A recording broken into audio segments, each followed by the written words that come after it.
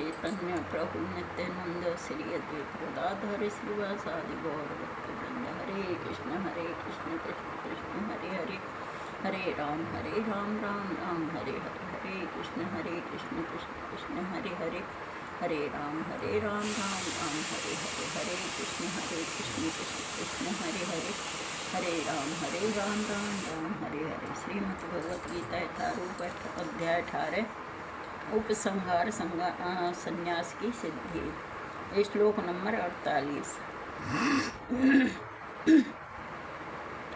सहजं कर्म कौन्तेय सदोषमपि न त्यजेत, सर्वारंभा हि दोषेण धूमनाग्निरिवावृतः। प्रत्येक उद्योग प्रयास किसी न किसी दोष से आवृत होता है, जिस प्रकार अग्नि धुएं से आवृत रहती है। अतएव हे कुंती पुत्र, मनुष्य को चाहिए कि स्वभाव से उत्पन्न कर्म को भले ही वह दोषपूर्ण क्यों न हो, कभी त्यागे नहीं। तात्पर्य जगत गुरु श्रील प्रभुपाद जी महाराज की जय, गुरु महाराज की जय।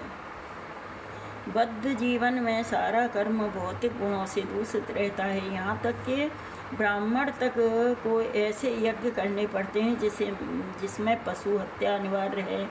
इसी प्रकार क्षत्रिय को कितना ही पवित्र क्यों न हो,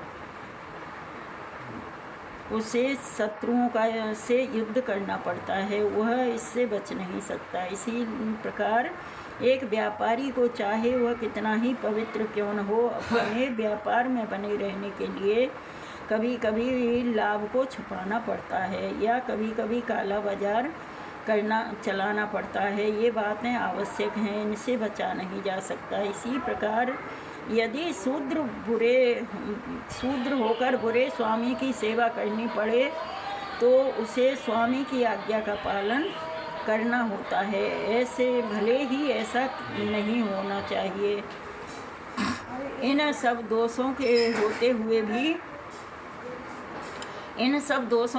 हुए भी मनुष्य को अपने निर्दिष्ट कर्तव्य करते रहना चाहिए, क्योंकि वे स्वभावगत हैं। यहाँ पर एक अत्यंत सुंदर उदाहरण दिया जाता है। यद्यपि अग्नि शुद्ध होती है तो भी उसमें धुआं रहता है, लेकिन इतने पर भी अग्नि अशुद्ध नहीं होती। अग्नि में धुआं होने पर भी अग्नि समस्त तत्वों में शुद्धतम मानी जाती है। यदि कोई क्षत्रिय की वृत्ति त्याग कर ब्राह्मण की वृत्ति ग्रहण करना पसंद करता है तो उसको इसकी कोई निश्चितता नहीं कि ब्राह्मण वृत्ति में कोई अरुचि कार्य नहीं होंगे। अतएव कोई यह निष्कर्ष निकाल सकता है कि संसार में प्रकृति के कलमश से कोई भी पूर्णतः मुक्त नहीं है। इस प्रसंग में अग्नि तथा धुएं का उदाहरण अत्यंत उपयुक्त है। यदि जाड़े के दिनों में कोई अग्नि से कोयला निकालता है तो कभी कभी धुएं से आँखें तथा शरीर के अन्य भाग दुखते हैं, लेकिन इन प्रतिकूल परिस्थितियों के बावजूद भी अग्नि से तापा जाता है। इसी प्रकार किसी को अपनी सहज वृत्ति इसीलिए त्याग देनी चाहिए क्योंकि कुछ बाधक तत्व आ गए हैं, अपितु मनुष्य को चाहिए कि कृष्ण भावनामृत में रहकर अपनी वृत्ति परक कार्य से परमेश्वर की सेवा करने का संकल्प ले। यही सिद्धि अवस्था है।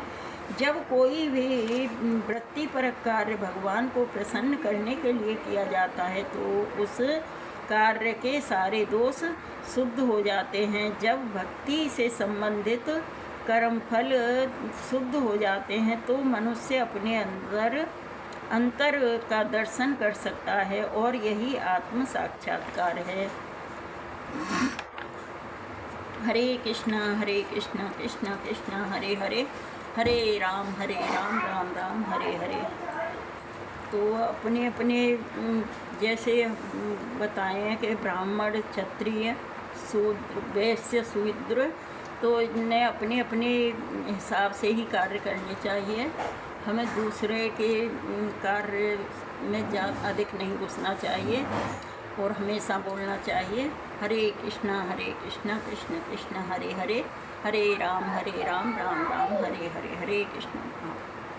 श्रीमद् भगवत गीता यथारूप की जय।